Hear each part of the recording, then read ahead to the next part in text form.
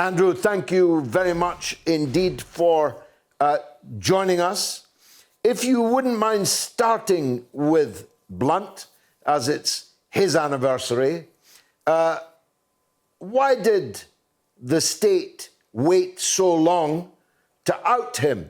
Why didn't they out him when they found him? Or alternatively, why out him at all? Well, it's very good to be back with you. The line from Harold Macmillan was, when my gamekeeper finds a fox, dead fox, he doesn't bring it into the house, he buries it in the garden. And that was the approach that they took to all the Cambridge spies. The fact is that none of the five actually, in a sense, paid for their crimes. They were either given immunity or allowed to escape. The only one who was actually sent to prison was George Blake, and that was because he didn't go to the right school. So this is their default position. Far better to sort of sweep the thing under the carpet. It was highly embarrassing in terms of their relations with the Americans, and frankly, a public relations disaster. They'd already let Klaus Fuchs, in a sense, get away, so there are a whole series of things going on, and the British, frankly, didn't want this thing to become a public scandal. It was fine for the Russians and the British Secret Service to know about it, but they didn't want the British public to know about it. Why then did Mrs. Thatcher make the statement she did all those years ago, but all those years later, after they had outed him? Wasn't an establishment figure. I think she was appalled when she discovered that he had been given immunity in 1963. But also her hand was forced. The fact is that various people had begun to talk to a man who was writing a book called The Climate of Treason. There was stuff appearing in Private Eye. Blunt, though he hadn't been named, had been, in fact, knew that he'd been rumbled and was beginning to take legal action or threatening legal action. So the story basically was out. She had no choice but to do something. But I think she was appalled when she discovered what had been going on, because for her, these were traitors. And the situation goes on, as you say. I don't think there's an eighth man. I think there are about 20, 30 men. And I continue to make my attempts to uncover this and again have problems with the government trying to shut it down. There's a vetting file for a man who I believe was part of the ring, who continued to work until the 1970s, which they're refusing to release. So this is a problem that's gone on for a long time. It continues to go on. There was a cover-up in 1951 when Burgess and Maclean fled to the Soviet Union, and nothing has changed in the intervening 70 years. Now, Blunt was a very important figure in the early days of the Cambridge Ring. He had a certain seniority and gravitas, and his particular favourite was the man that you wrote so magnificently about, Guy Burgess. Tell us about that relationship, if you will.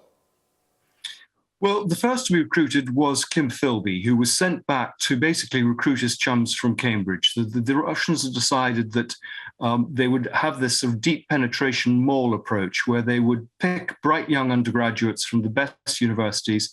They would go into deep cover into the civil service or the Foreign Office or MI5 and MI6 and journalism.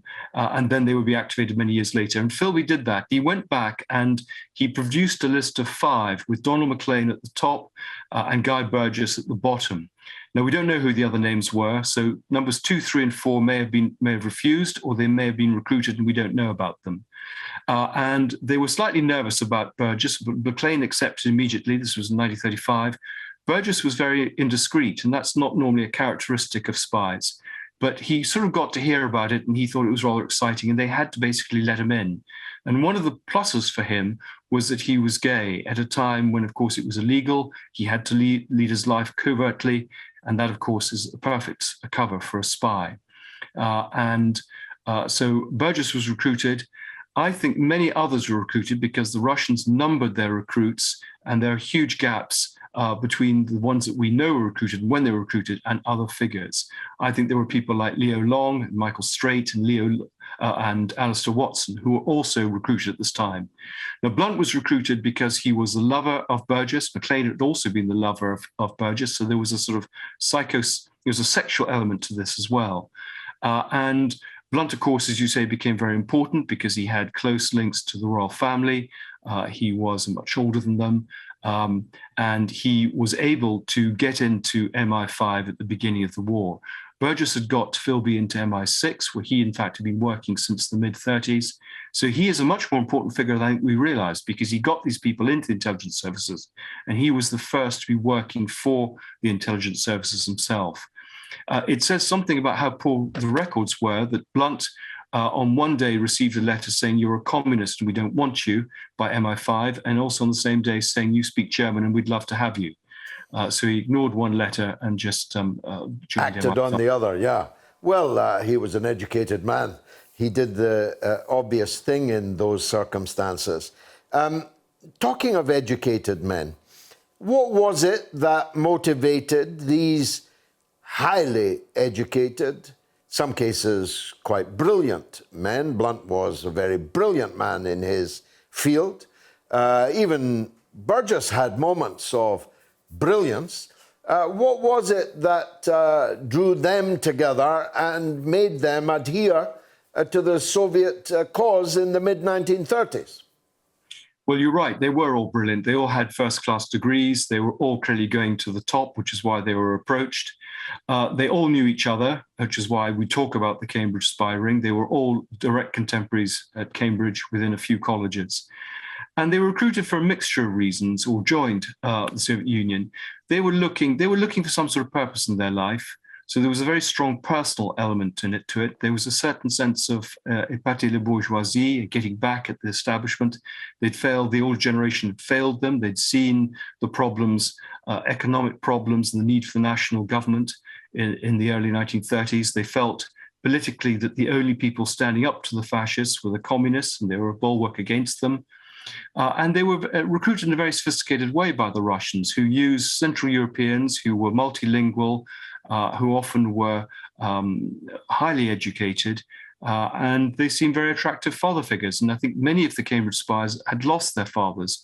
Burgess at the age of 13, Maclean, again, I think at university, Blunt, Philby's father had been absent, and Blunt's father died again when he was quite young. So these people, in a sense, became figures of authority and direction to these slightly aimless people who felt, like Burgess, that perhaps his talents hadn't been recognized and that they could make some sort of impact on the world. Burgess, when he left Cambridge, though he had this first-class degree, basically failed at a whole series of jobs. Failed to get into the Times, he failed to stay on at Cambridge and do a doctorate and become a Don. And so the Russians gave them, in some ways, an identity which they felt they lacked.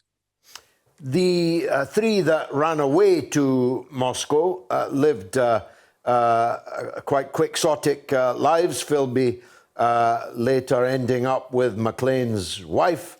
Burgess, I recall vividly an interview with Canadian television, which had laid buried for decades, describing himself in cut-glass English as a non-party Bolshevik. He remained loyal, it seems, to the ideology that he had joined. And Philby, of course, who lived the longest of the three, when asked by Philip Knightley, one of his biographers, if he had, did he have any regrets at losing his faith, he insisted that he had kept his faith, meaning his faith in the Soviet Union and in the ideology that prevailed there. That would not seem to suggest aimlessness, Andrew. It would seem to suggest fairly solid commitment. Well, I mean, Philby, for example, was so unhappy in the Soviet Union, he tried to commit suicide, and they all turned to drink. There was nothing much else in the Soviet Union. So what they said in public didn't necessarily reflect what they felt in private. But you're right, there is a certain something to admire. They picked their team early on, and they stuck with it. And they never actually went back on that. Burgess, though he had abandoned, I mean, his mother, his friends, the things that really counted, like the Reform Club, at a very early age. I mean, he was 50 when he went to Russia. He never had any regrets, though you get a very poignant picture in Alan Bennett's play, An Englishman Abroad, of him there. Maclean, I think, was the one who settled in most. His family were with him, and even though there was the betrayal of his wife leaving him for Philby, he, in some ways, had been the most politicized of them. Though he didn't believe in Stalinism, and of course they didn't come to Moscow until Stalin was dead, he actually believed in perestroika. He sort of adapted, and they all did. They were chameleons. They've adapted all their life, and they justified it themselves because, of course, if they'd admitted to themselves that they got it wrong, they would have realized their lives were a complete waste. Which begs the question then, did Blunt feel the same way whilst he was discussing with Her Majesty the Queen her pictures? Well, there's that wonderful partner play, The Question of Attribution, by Alan Bennett, in which he and the Queen are having a conversation about truth and the pictures. And we all know that in fact, they know too that he's a spy. The Queen, I'm sure, was briefed very early on that he was a spy. I mean, he was suspected even from 1951. So even when he basically confessed in 1963, that was the end of a period of long suspicion. I think the feeling was that if he hadn't been given the job in the palace, it would have sent out a signal to the Russians that he had been blown. And I think one of the things the British felt is that they could sometimes play material back to the Russians if they didn't know that their agents had been caught. But yes, of course, there is this extraordinary irony about Blunt staying within the establishment. They were all complete hypocrites in terms of the way they operated. He, in some ways, was the one who managed to get out. He refused to flee in 1951, though he helped arrange the escape of Maclean and Burgess. He was able to go back to his career as an academic, and though he helped them in some ways, his role was most important during the war when he worked in MI5. You made a remarkable allusion earlier to George Blake, who only died very recently, I think at the age of more or less 100, in Moscow. You made the point that he went to jail because he'd gone to the wrong school. The corollary of that is that the others had all gone to the right schools and the right universities. That tells you something about the upper reaches of the British state, at least at that time. Maybe it's different now, where one of us, people like us, was the prevailing zeitgeist. So someone who went to the right school, was a member of the right club, would get into the upper reaches of the establishment without too much checking on who and what they really were. Well, I think that's why the Cambridge spy ring fascinates us. It's about all sorts of things, sexual politics and class among them. And I think the Russians recognized very astutely that these people would never be suspected because of their backgrounds. And that was the great shock, to discover that you could go to Eton and be a spy. When there was the first suspicion of Burgess and Maclean, they didn't look at the diplomats, who were the people who were seeing the documents that were being revealed. They looked at the cleaners and the clerks, thinking it must be them. And there's still, I would say, that mindset that jolly good chaps don't behave like that, and the problems must lie elsewhere. So I think, sadly, the lessons still haven't been learned. Well, finally, and I'm grateful for your time always, let me be devil's advocate for a minute. What exactly did they do wrong? They tried to bolster the fight against fascism. We became not just partners with the Soviet Union in the Second World War, but if not for the Soviet Union, the war would almost certainly have been lost, and we wouldn't be having this conversation now. Their case would be that whatever they gave to the Soviet Union, the state, the government, should have given of its own volition. Well, I mean, Burgess was recruited in the mid-1930s and worked for the 1951 intelligence. Philby was recruited during the beginning of the war and worked, frankly, until 1963 when he fled. So it's a long period when we were not allies with the Soviet Union, not least when they were the allies of the Nazi Germany. So, I mean, they made a lot of, sort of their head several times, a lot of somersaults to justify their position. The fact is that these were people at the top of the intelligence organizations, the Foreign Office, everything that crossed their desk was sent to the Russians. The Russians actually knew our negotiating position, for example, in the four-power conference before the British negotiators knew. It wasn't just the intelligence information, which of course led to agents being killed. It was all the information about particular people, politicians, that could be used for blackmail. Burgess was in a sense, the special advisor to the Foreign Office Minister dealing with the intelligence services at a crucial point at the end of the war when all the institutions... Well, he was sleeping with them and working in Parliament. Exactly. He had, and also, of course, he had this terrific role as an agent of influence because he got people onto the radio as a radio producer who could then, of course, spread the word. So he worked on a whole series of levels. It's not just about the secrets he betrayed. It's about the influence he was able to exert in the media and about, to say, these elements of blackmail. When he fled, they found all these love letters in a guitar case. And MI5 thought that was rather charming until they realized that these were letters that were used for blackmail purposes.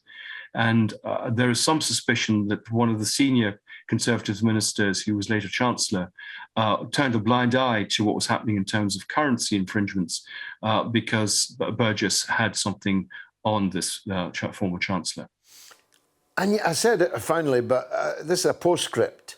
And yet, people like you and me are still fascinated by them. And I get the feeling, I may be wrong, you may have a very different view, that people in Britain don't hate them. Well, I think they seem romantic figures. I don't think people realise the damage they did. It's sometimes difficult to do an audit of treachery, to show the causation between particular events. But, you know, Burgess was a very charismatic figure. He was, a drunk for a large part of his life, but he was amusing, he was intelligent, he mixed with all sorts of people who took him seriously, like George Orwell and others. So there was a hinterland there. And I think we're all interested in the psychology of betrayal. And so they are fascinating figures as characters, and particularly good for a biographer. But also, they still have a relevance to the contemporary world. We still have our tensions with the Soviet Union. We still have cover-ups going on. I've got news. I've got news for you, Andrew. The Soviet Union is 30 years dead. Well, I think the intelligence services of Russia are no different to the intelligence services they work for. I suppose ours are no different either to what they were back then. Now, your book, Stalin's Englishman, is an absolutely brilliant read. I commend it to everyone. Funnily enough, An Englishman Abroad, Bennett's story, was filmed in the city of Dundee when I still lived there. Indeed, I was the party boss there. And the city square was covered in snow. The Marx, Engels and Lenin were hung from the Caird Hall balustrade. The centre of Dundee was transformed into Red Square Moscow, just in case I wasn't already enthralled enough in this story. What's your next one, Andrew? Have you got something else coming out soon? Well, I've only just published a book called Traitor King, The Scandalous Exile of the Duke and Duchess of Windsor, which, based on deep archival research, I think pretty much makes the case completely that the Duke of Windsor was a Nazi agent during the war and that people were executed for far less than he did. It also looks at the emptiness of the Wallace and Duke of Windsor relationship, that this was not a great love affair, but two pathetic people who were trapped together. I look forward to that very much indeed. Andrew Lownie, it's always a great pleasure to talk with you. Thanks for joining me.